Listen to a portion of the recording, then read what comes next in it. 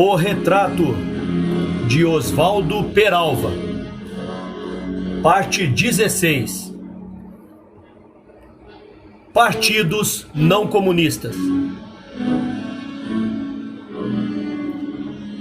Descíamos a pé a Rua Vitória, em Bucareste, o representante argentino e eu, a fim de tornarmos o carro do Cominforme, que nos esperava mais adiante. Na esquina, choquei-me com um cidadão rosado, de altura média, aspecto respeitável, ladeado por vários outros que vinham em direção oposta à nossa. Pronunciei uma palavra de desculpa e prossegui. O argentino ria muito, exageradamente. E ante a minha estranheza: "Não sabes que estive a honra de albarroar o presidente da República? Aquele é Petro Goza." Olhei para trás e lá ia ele, bem posto, seu chapéu de aba curta, debruada e dobrada para cima, um cachecol de seda no pescoço. Ocupava com seus amigos toda a largura da calçada, como se fossem os donos da rua. Seriam guarda-costas seus acompanhantes? Pareceu-me que não. Soube depois que Petro Groza costumava dar seus passeios a pé pela cidade, despreocupadamente, como um cidadão qualquer. Foi então que me lembrei da existência sua. Iria vê-lo algumas vezes mais em banquetes, de seu partido, dos demais partidos. Eu lia diariamente o jornal Sintea, e ali não se falava nessas agremiações políticas. No entanto, sabia que se formara desde a instauração do novo regime uma Frente Nacional Democrática, transformada mais tarde em Frente Democrática Popular, constituída dos partidos comunistas e social-democrático, que se fundiram depois sob a designação de Partido Operário Romeno, Partido Muncitoresque Roman, e de outros mais, inclusive o Partido Nacional Popular e a Frente dos Produtores, Frontal Plugarilor, organização camponesa presidida por Petro Groza. E fora da FND, havia ainda em 1947 os influentes Partido Nacional Camponês em Maniú e Partido Liberal de Dino Bratiano, em que também se apoiou o rei Miguel para dar o golpe de Estado em 23 de agosto de 1944, que transformou o país de aliado obrigatório em inimigo da Alemanha nazista. Nota de rodapé. Em agosto de 1947, o Partido Nacional Camponês foi posto na ilegalidade. Em novembro do mesmo ano, Maniú foi condenado à prisão perpétua, morrendo no cárcere em 1952. O Partido Liberal teve o mesmo destino. Fim da nota de rodapé. Como um dos aliados mais firmes dos comunistas, então um pequeno partido, mas apoiado nas tropas de ocupação soviéticas, Petro Groza foi sendo utilizado para diversos postos governamentais, chegando a vice-presidente e em seguida a presidente do Conselho de Ministros.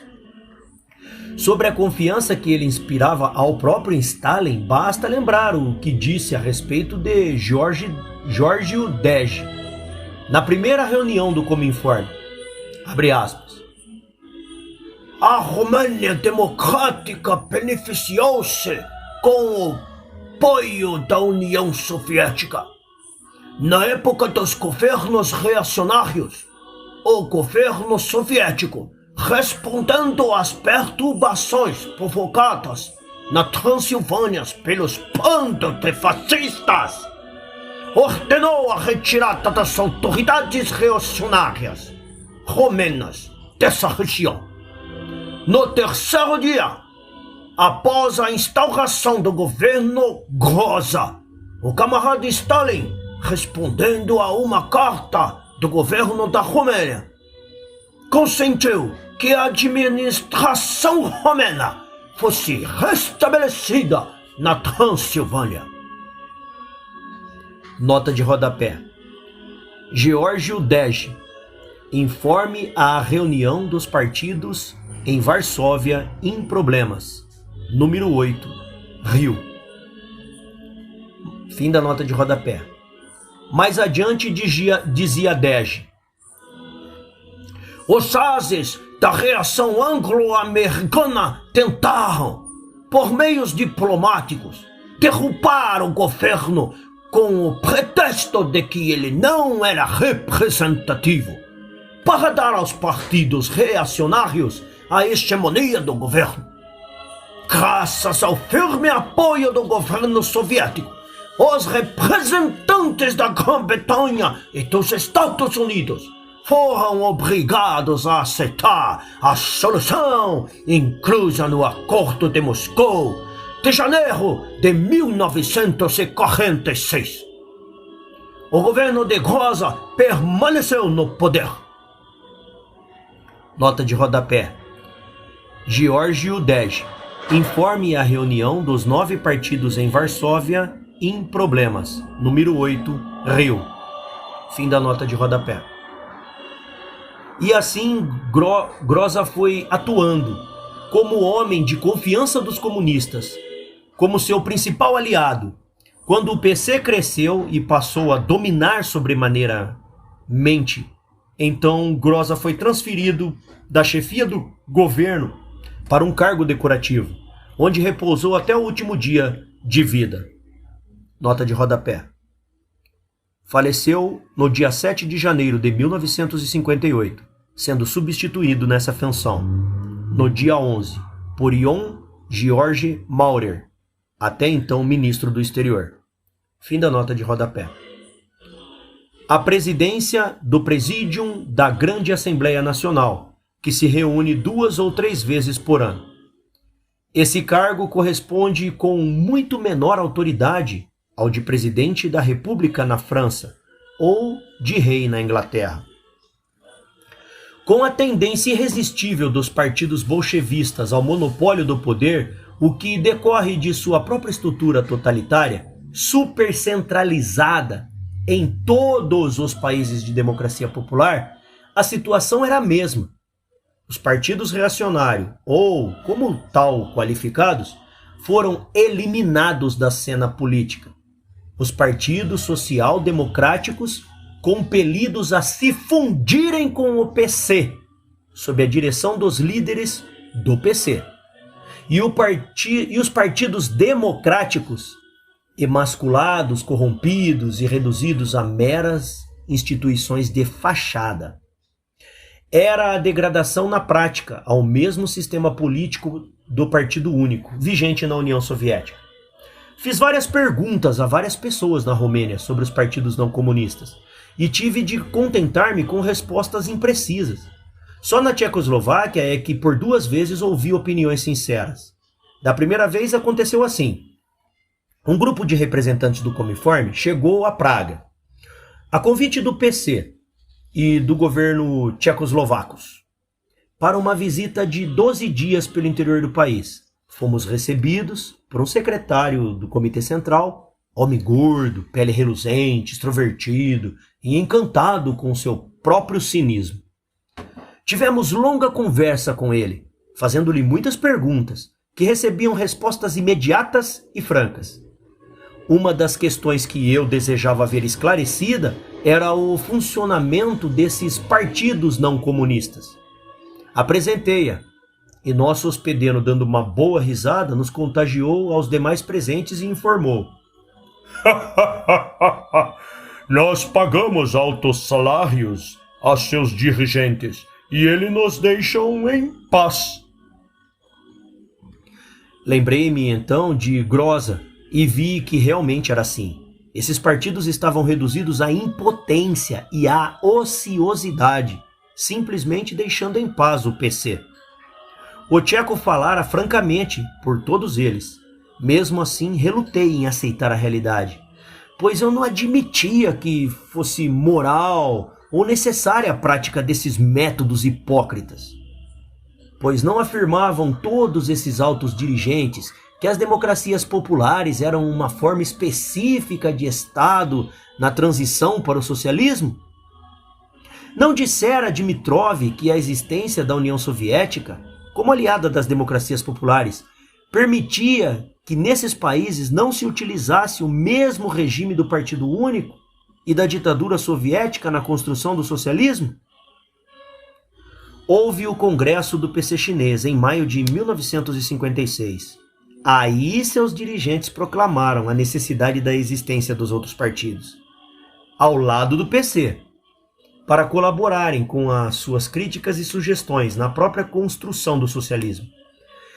E afirmavam categóricos que os partidos democráticos então existentes na vida política chinesa poderiam e deveriam funcionar enquanto existisse e funcionasse o Partido Comunista. Pouco depois, numa reunião do Comitê Central do PC italiano, em junho de 1956, Togliatti também manifestou idêntica opinião, citando esses pronunciamentos chineses. Disse o dirigente do PCI: "O que se fez na União Soviética não constitui o modelo, do que deva e possa ser feito em outros países. Admitimos sem dificuldade que uma sociedade em que o socialismo esteja sendo construído possa haver vários partidos, alguns dos quais colaborem nessa construção. Admitimos que o impulso para a profunda transformação socialista possa vir de diferentes partidos que tenham concordado entre si com a realização dessas transformações." Achando-me novamente em Praga, após a dissolução do Cominform, tive uma discussão sobre esse ponto com o camarada Cook, diretor do Rude Pravo, certo dia em que ele almoçou conosco no hotel. Citei as palavras de Togliatti, lembrei o exemplo chinês. Meu interlocutor sorriu mansamente, como era do seu jeito, e me replicou: "Conheço o exemplo chinês. Estive na China. Os dirigentes desses partidos democráticos são todos membros destacados do Partido Comunista Chinês." Era a segunda vez que dirigentes comunistas tchecoslovacas tripudiavam sobre a minha boa-fé. Mas Togliatti, que não possuía minha boa-fé, nem minha ignorância sobre tais questões, como se explicaria que dissesse aquilo ante seus próprios camaradas de direção? Seria então pura farsa?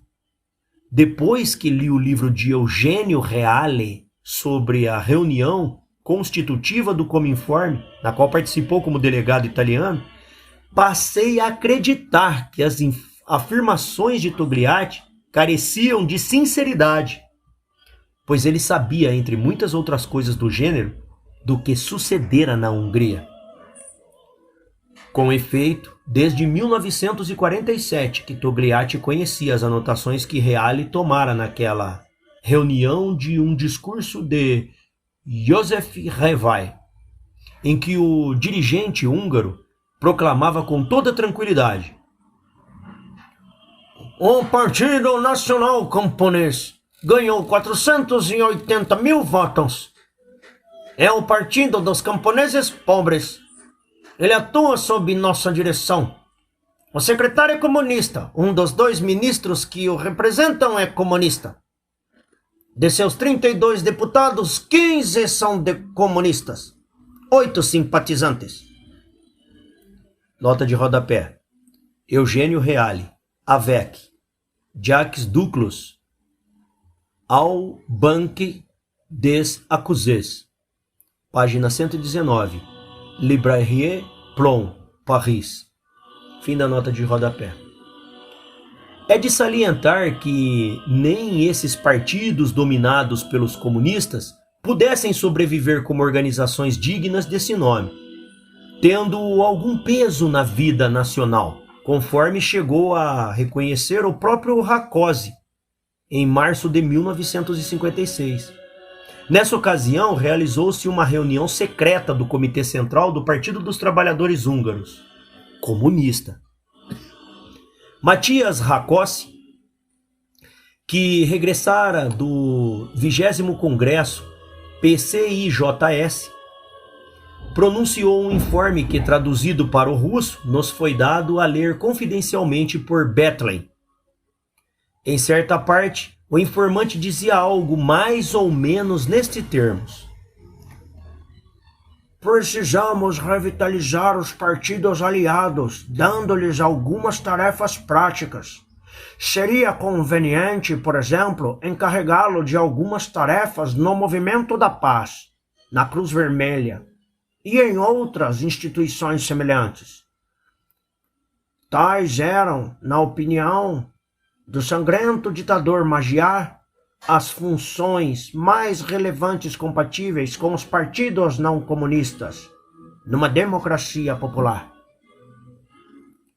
Todos esses fatos me conduziram a pensar no programa do Partido Comunista Brasileiro.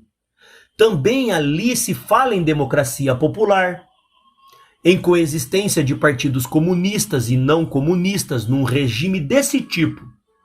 Lá está, na parte 3, artigo 9, com todas as letras, a afirmação categórica, abre aspas, será assegurada a representação proporcional dos partidos políticos em todas as eleições, fecha aspas.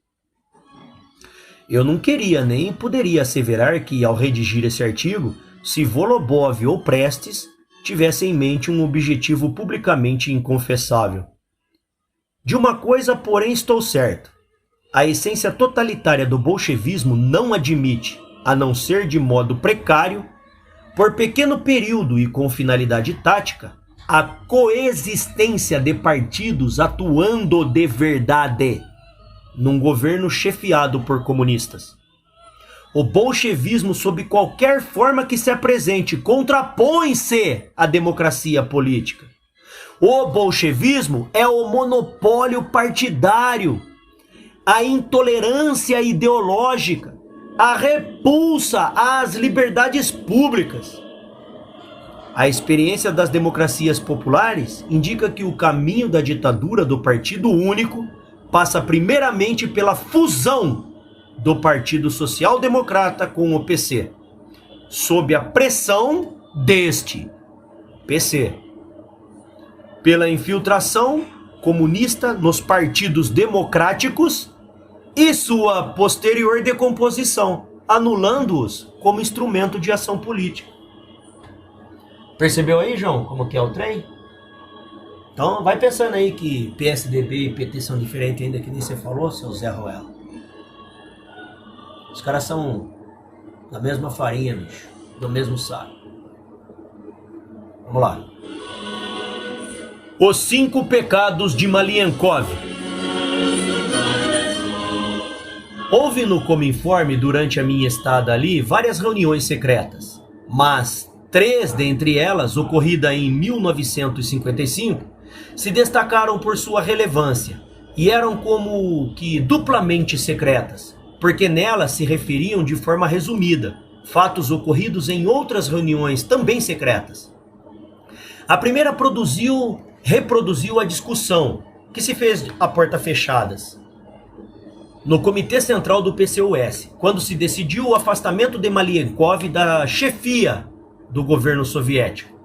A segunda tratou das conversações em Belgrado, também a portas fechadas, entre os visitantes soviéticos Bulganin, Khrushchev e Shepilov. De um lado, os dirigentes iugoslavos Tito, Kardelj, Rankovic e Vukmanovic, de outro. A terceira resumia o informe de Mikoyan ao CC do PCUS sobre as conversações com Tito na Iugoslávia, aonde o dirigente soviético fora passar férias nos fins de 1955. Na primeira, o que havia de sensacional era a própria demissão de um presidente do Conselho de Ministros da União Soviética.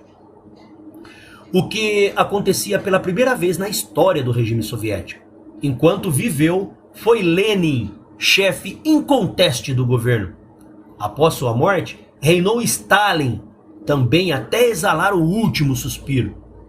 É certo que formalmente Stalin só assumiu a chefia do governo em maio de 41, recebendo-os das mãos de Molotov, por assim dizer, às vésperas da invasão nazista do território russo. Mas todos sabiam que quem mandava na União Soviética era o secretário-geral do PC soviético, Stalin. A demissão de Malenkov não tinha, pois, precedente. E por isso a notícia eclodiu sobre o Cominform, deixando em pânico todos os funcionários subalternos. Karpov, tradutor do representante argentino, estava lívido após ouvir o comunicado pela rádio. E foi gaguejando que perguntou a Será se já sabia dos graves acontecimentos da União Soviética. O camarada Malenkov já não era mais o presidente do Conselho de Ministros e até então ignorava-se quem seria o seu substituto.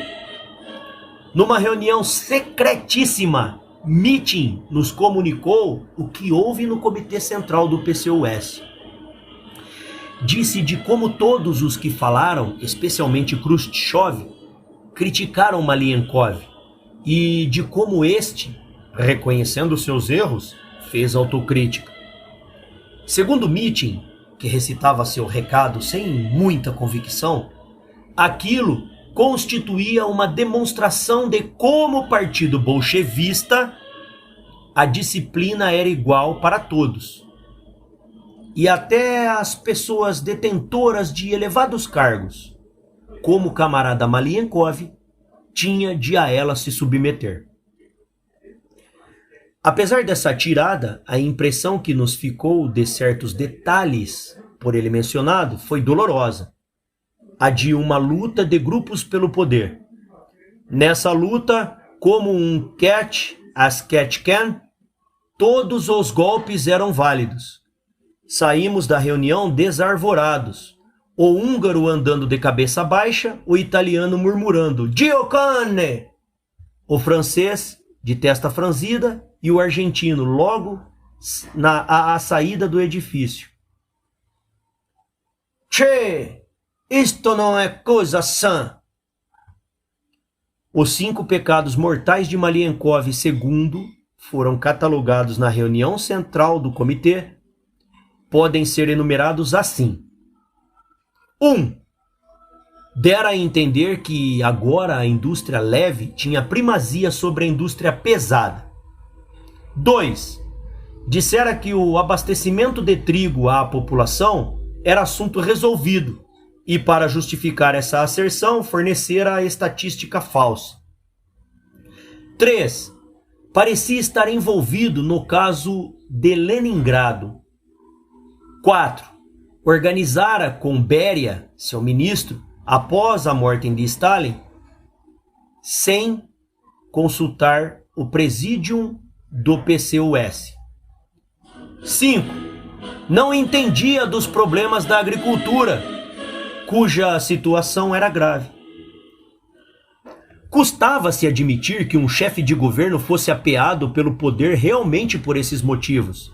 Em verdade, desde o início da sua gestão, isto é, desde o dia mesmo da morte de Stalin, desencadeou-se surda, nos bastidores, a pugna pela sucessão.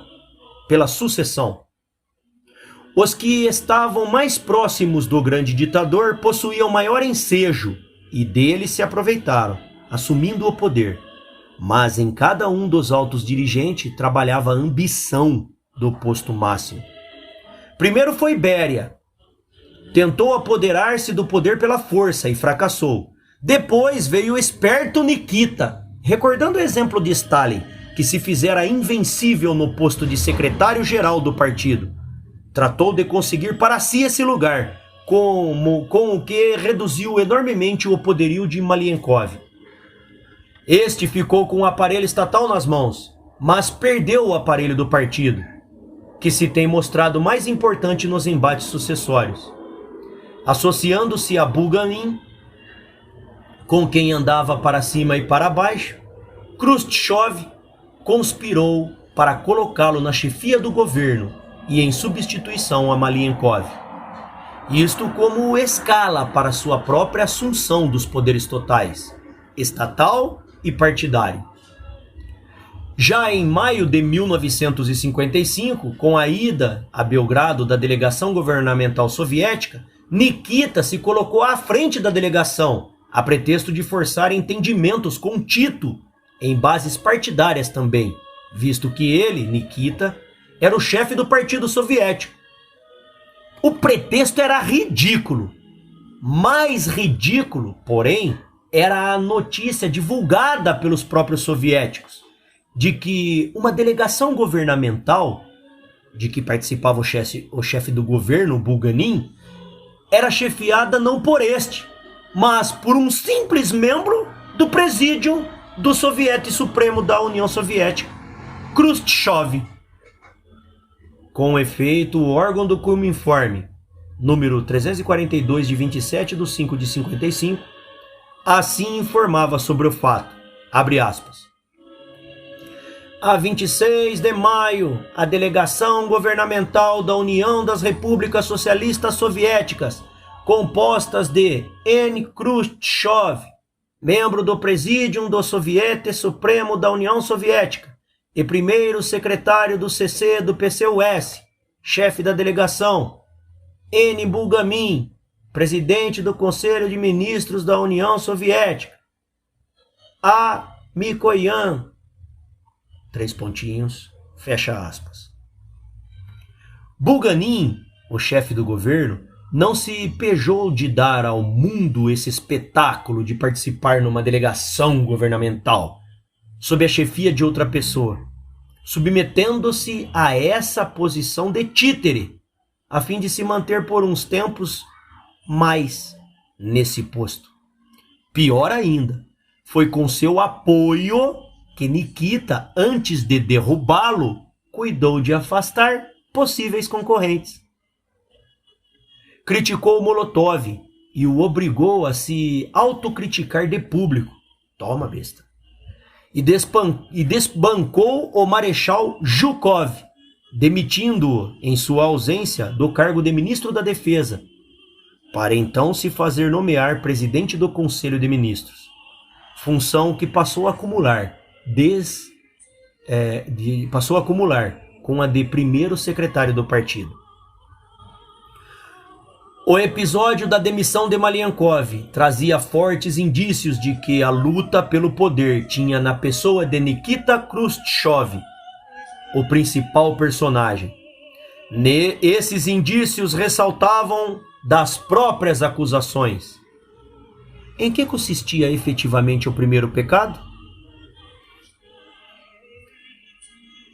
Pouco depois de assumir a chefia do governo, Malenkov disse que o povo soviético já tinha trabalhado e se sacrificado bastante para construir uma poderosa indústria pesada, que lhe cabia bem o direito de usufruir maiores benefícios desse trabalho. Assim, trataria seu governo de aumentar a produção de bens de consumos agrícolas e industriais. Essa posição era inatacável. Ninguém poderia acusar Malenkov por ter esse objetivo. Então, como acusá-lo? Acusaram-no de, não explicando muito bem esse ponto, ter dado margem a uma interpretação segundo a qual a indústria leve agora passaria a ter primazia sobre a indústria pesada. De fato, alguns economistas soviéticos, baseando em palavras de Malenkov, já haviam dito abertamente que, em certas circunstâncias, como era o caso atual, a indústria de meios de consumo podia adquirir primazia, por algum tempo, sobre a indústria de meios de produção, a fim de restabelecer-se o equilíbrio entre os ramos da economia nacional. E isso, acentuou Khrushchev, era um absurdo, era antileninismo do pior. Se levado às últimas consequências, implicaria em paralisar o progresso econômico do país, reduzir enormemente o ritmo de construção das bases materiais do comunismo, enfraquecer a potência militar da União Soviética e deixá-la assim à mercê dos golpes do imperialismo. Em última instância, era um tremendo erro que assumia aspectos de crime de traição à pátria quando cometido por um camarada com a responsabilidade partidária e governamental do camarada Malenkov. As bases da acusação são mais frágeis. Malenkov preconizou uma coisa justa, mas formulou-a sem a devida clareza, de tal modo que foi mal interpretado. B. Essa má interpretação, se levada às últimas consequências, poderia acarretar em grandes erros. C. Esses erros, se praticados por um chefe de governo, assumiriam aspectos de traição à pátria.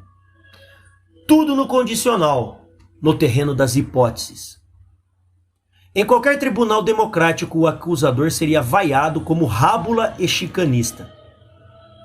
Mas, no tribunal do PCOS, o rábula ganhou a causa e, de acordo com a jurisprudência firmada nos famigerados processos de 1937, o réu foi condenado.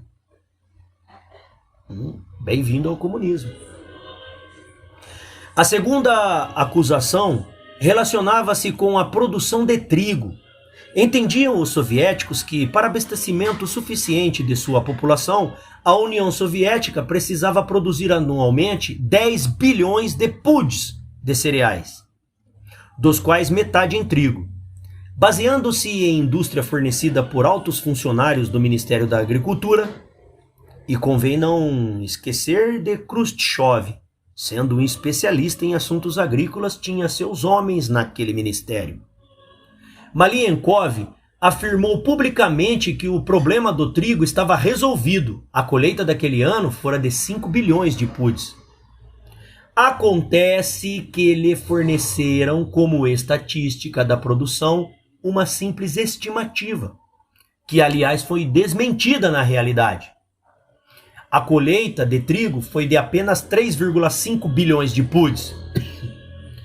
Tudo indica que o fornecimento dos dados falsos foi uma armadilha lançada pelos partidários de Khrushchev, e na qual caiu Malenkov, dada sua ignorância na matéria. Resultado: na reunião do Comitê Central, o acusaram de fornecer estatísticas falsas, tentando enganar o partido e o povo soviéticos.